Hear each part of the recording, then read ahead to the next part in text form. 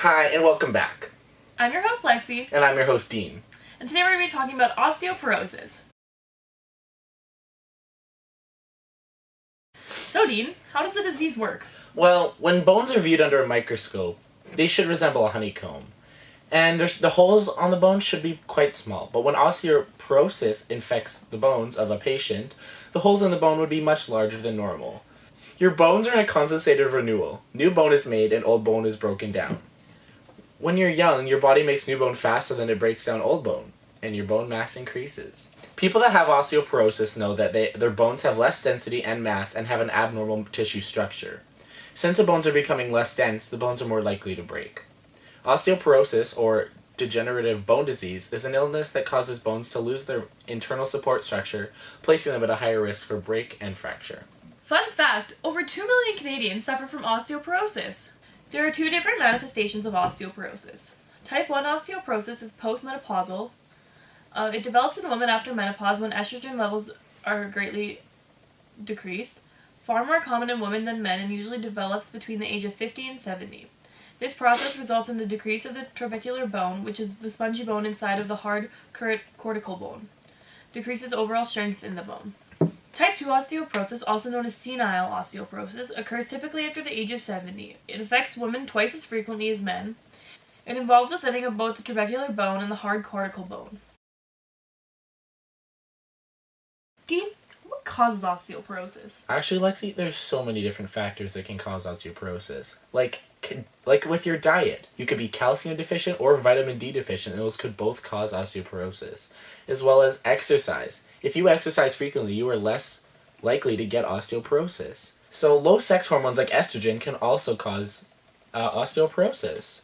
Medical conditions such as celiac disease or inflammatory bowel disease can both also cause osteoporosis.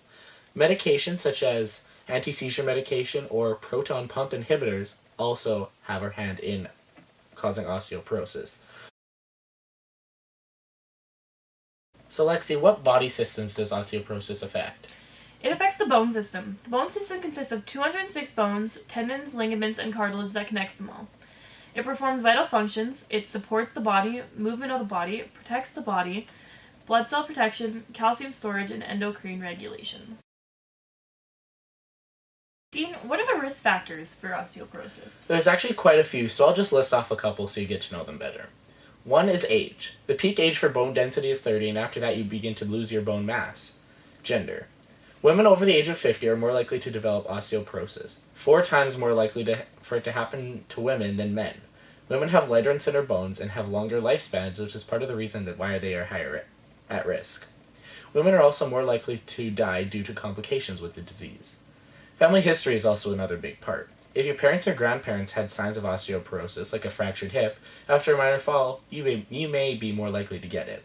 Did you know that in the 1830s, a French pathologist, Jean Lobstein, noticed that some patients' bones were riddled with larger than normal holes, and he coined the term osteoporosis, which means porous bone, to describe such deteriorated human bone. In the 1930s, Fuller Albright of Massachusetts General Hospital couldn't help ponder what it was about being postmenopausal that made women particularly susceptible to having frail bones. Somewhere around 1940, he defines postmenopausal osteoporosis and begins treating women with the condition with estrogen.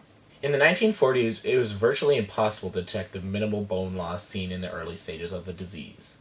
But starting in the 1960s, researchers developed more sensitive devices for detecting bone loss, including densimeters, which can determine bone density by measuring changes in the absorption of energy passing through the bones in the hand, spine, hip, or other body part. This technique enables physicians to detect osteoporosis in its early stages, well before fractures occur. In the 1960s, Herbert Fleisch discovered compounds known as bisphosphonates that inhibited bone resorption. In 1984, the National Institutes of Health publicized the disease, citing it as a significant threat to health and emphasizing that bone loss could be reduced by estrogen therapy, calcium, good nutrition, and exercise. In the 80s and 90s, researchers discovered cytokines that influence the development and activity of osteoblasts. Dean, what symptoms do you feel when developing osteoporosis? Back pain is when your vertebrae fracture or collapses. Your loss of height, which is when your bones lose mass and density and compress or collapse due to having less structural support. A stoop posture is when your spine bones can collapse easier and change your posture, and they can bend easier. And easy to fracture bones because they're getting less dense, they start to thin and are easier to break as they are less structurally sound. Lexi, where does osteoporosis affect your body? Osteoporosis affects all of your bones, although not all of your bones may be noticeably affected. Who gets affected by osteoporosis? Osteoporosis mostly affects petite women over the age of 50, but can affect younger people and men as well of all sizes and ages. Lexi, how do you diagnose osteoporosis? To diagnose osteoporosis and assess your risk of fracture and determine your need of treatment, your doctor will most likely order a bone density scan. This exam is used to measure bone mineral density. It is most commonly performed using dual energy X-ray absorptimetry, or bone densitometry. The amount of X-rays absorbed by tissues and bone is measured by the DXA machine and correlates with bone mineral density. The DXA machine converts raw density information to your T and Z score. The T-score measures the amount of bone you have in comparison to a normal population of younger people, and it is used to estimate your risk of developing a fracture.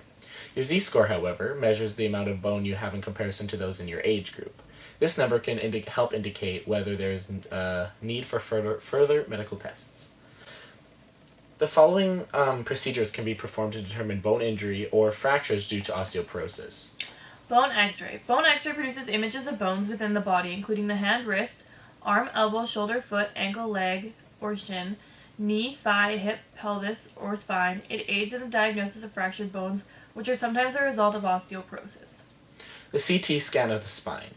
CT scanning of the spine is performed to assess the alignment and fractures.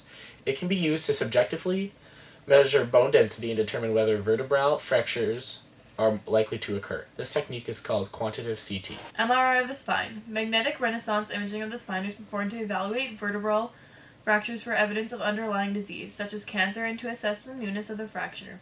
New fractures demonstrate a better response to treatment by vertebroplasty and kyphoplasty in certain clinical situations. So, Dean, what would be like a regular treatment plan for osteoporosis? Well, if you're thinking about Western medicine, mostly what you do is take a compound called bisphosphonates, and it is the standard of care for the treatment of osteoporosis. A prescription is required for this medication, and medical evaluation is required before treatment. Compression fractures in the vertebrae can occur as a result of osteoporosis. In these cases, vertebroplasty and kyphoplasty, performed by a radiologist, may be an option to treat painful spine fractures. With vertebroplasty, image guidance is used to inject a special cement mixture through a hollow needle into the fractured bone. In kyphoplasty, a balloon is inserted through the needle into the fractured bone to create a cavity. Once the balloon is removed, a cement mixture is injected into the cavity. In some cases of compression fracture, surgical treatment by a neurosurgeon may be required, especially if there's evidence of severe narrowing of your spinal canal. And a way to prevent osteoporosis from happening to you is just by working out and making sure you have all the right vitamins in your diet. Fun fact, the late Joan Rivers suffered from osteoporosis. Lexi, are there any careers in the osteoporosis field? That there is, Dean. Endocrinologists treat the endocrine system, which is comprised of the glands and hormones that control the body's metabolic activity. Also, rheumatologists diagnose and treat diseases of the bones, joints, muscles, and tendons, including arthritis and collagen disease.